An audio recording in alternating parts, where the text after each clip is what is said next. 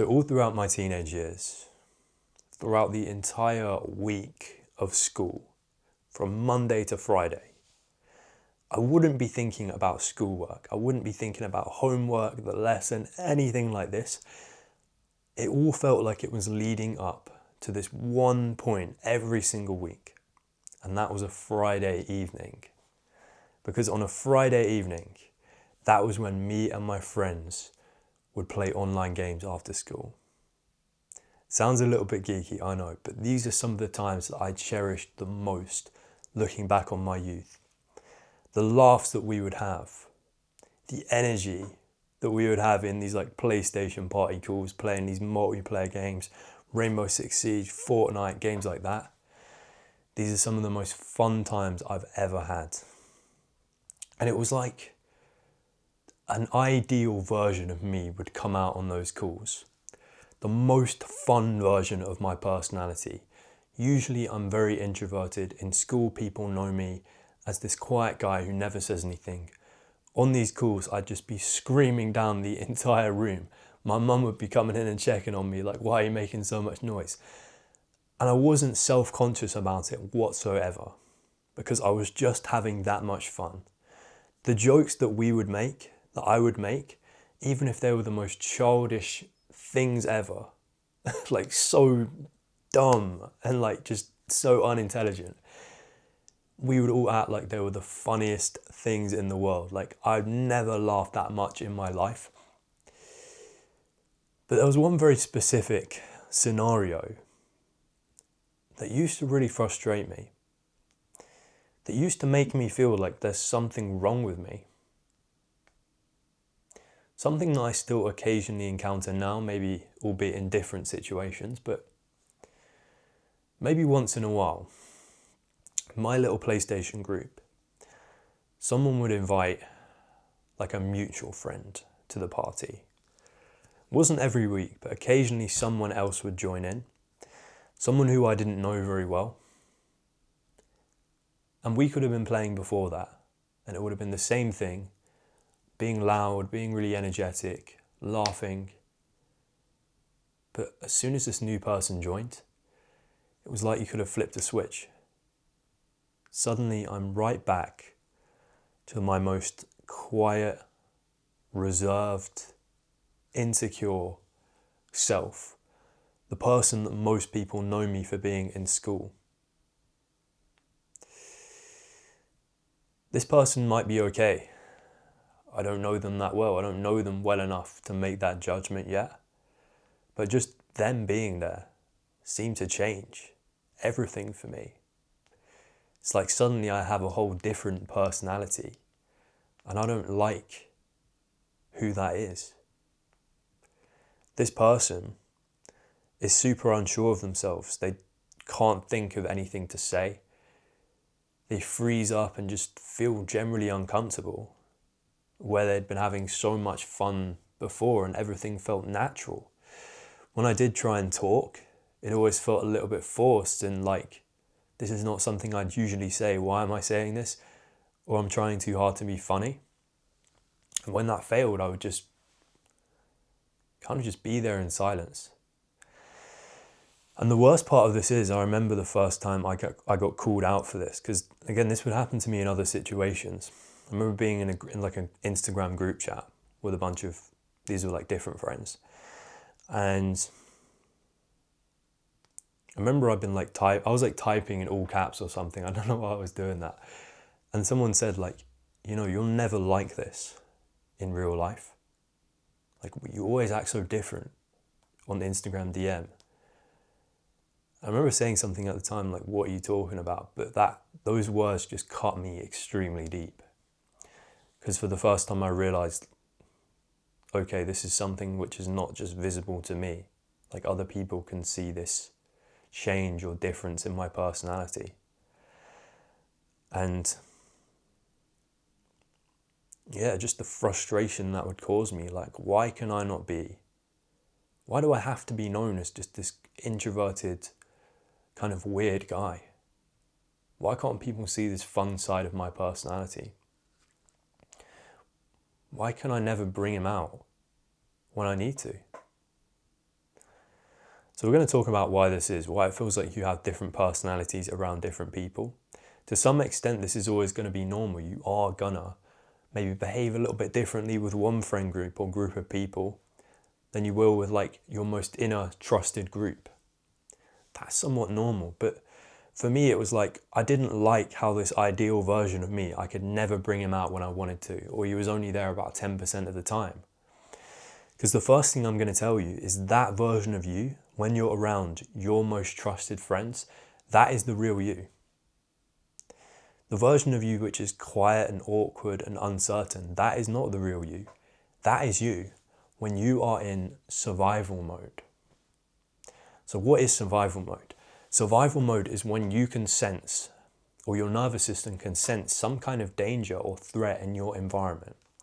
Something which causes your body to go into fight or flight. Like, I may need to potentially get the fuck out of this situation because I'm in danger. And obviously this evolved from when we would have been worried about like physical danger. Like we're getting hunted by some animal, but that doesn't apply in the modern era. Your nervous system nowadays is there to protect you from experiencing emotional pain, shame, humiliation, public embarrassment, anything where you get made to feel small or, just full of shame, any kind of deeply unpleasant emotional experience. When your body feels like that, when you feel this like nervous tension inside of you, like what do I say? You have to think a little bit harder about what to say.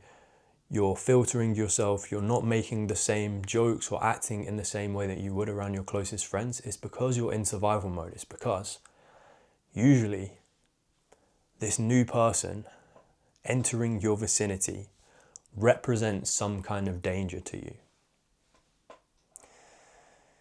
So you might be asking, like, why? Like, is it just because I'm shy, or is it because I'm self-conscious? That is part of it, but the shyness is only a symptom of the overall problem, of the overall danger. This person represents something in your subconscious mind. And this is not something that a lot of people talk about. I had to do my own learning into this. But basically, how can we really say whether this new person is a threat to us? Like, sure, they might look to make fun of us or mock us, but if we don't know them, we don't know them. We can't say that for sure. It might be it might be normal to be a little bit nervous around people we don't know. That's normal. But if we're looking at this person and starting to freeze up, become tense, feel like we're in that kind of danger, do you know what that says to me? It says to me we're looking into the past as a way of predicting the future. So oftentimes, situations in the past, and I'm talking about like deeply, deeply painful experiences where you felt those negative emotions I'm talking about. Those are so traumatic that our nervous system stores them up and uses them as a way to protect us from experiencing future harm. So any kind of situation that you're encountering in the present day, whether it's a new person coming into your environment or it could be something completely different. You've got to go give a presentation at work or at school. Those experiences often trigger fears from the past. Those experiences where we had this like great emotional harm that we never wanted to feel again. That's how bad it was. Anything that even vaguely reminds us of that will start to go into a state of survival, of fight or flight. We'll start to feel anxious because the anxiety is our body's way of protecting itself from danger. It's telling us this person is making us think of what happened to us back then. You may need to get the fuck out of it. You may need to be on your guard. So the most important thing... Okay, let me gather my thoughts actually. Check the notes.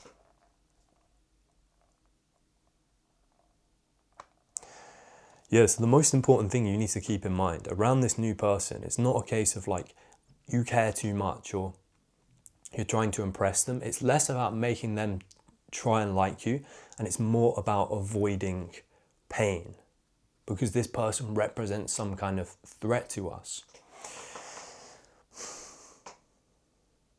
Something very interesting is, for me, this starts to happen around certain types of people.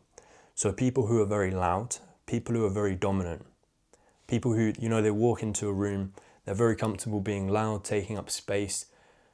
They can be quite socially skilled. For me, that kind of person, that especially makes me like go into my shell, makes me on high alert. And the reason that is because I think these people often act as like a stand-in for certain people from the past. Bullies, anyone who's ridiculed me or mocked me. Oftentimes they possess those kinds of traits. Like it sounds kind of cringe, they were popular, very comfortable being like extroverted, class clown kind of energy, would try and rinse me to get a laugh out of like the group or the class. It's those type of people that whenever I encounter them nowadays, they might be a good person, they might be, I don't know. But they trigger something inside of me that makes me like just be a bit on guard. Like I need to watch myself around this person. So it's all related to past fear, avoiding pain. It's our body's like natural threat detection system that's almost like working too hard. Like it's protecting us from danger that may or may not even be there. So yeah, just something else I want to add. Like this, I probably should have started with this actually, but the reason you really like around when you're in survival mode, the reason all these things happen, like you become more reserved, you struggle to think of things to say, you're just not yourself. Survival mode kills your personality. Like this is scientifically true. When we're in fight or flight, we're not supposed to be able to think of what to say. We're not supposed to be funny. We're not supposed to be charming or charismatic, because our body's priority is just getting the hell out of there. The anxiety, the adrenaline you feel is there to protect you, to make you run away. That's the mode that your body is in. Your body's not in conversation mode. It's not in the mode to think of what to say next or come across in a certain way. Hence, it shuts down all the parts of your brain responsible for thinking of what to say next or thinking of a new joke or being funny, your creativity centers, in favor of getting you out of that situation. So you see what I mean? It's like there's all these complex emotions going on in our body over something quite small and everyday, like just encountering a new person. But if you're if you've had experiences that have made you very, very sensitive to like rejection or exclusion like I have, just these experiences can feel like really life or death, like you actually are in danger. That is how powerful our nervous system is and how it gets conditioned just over years and years and years.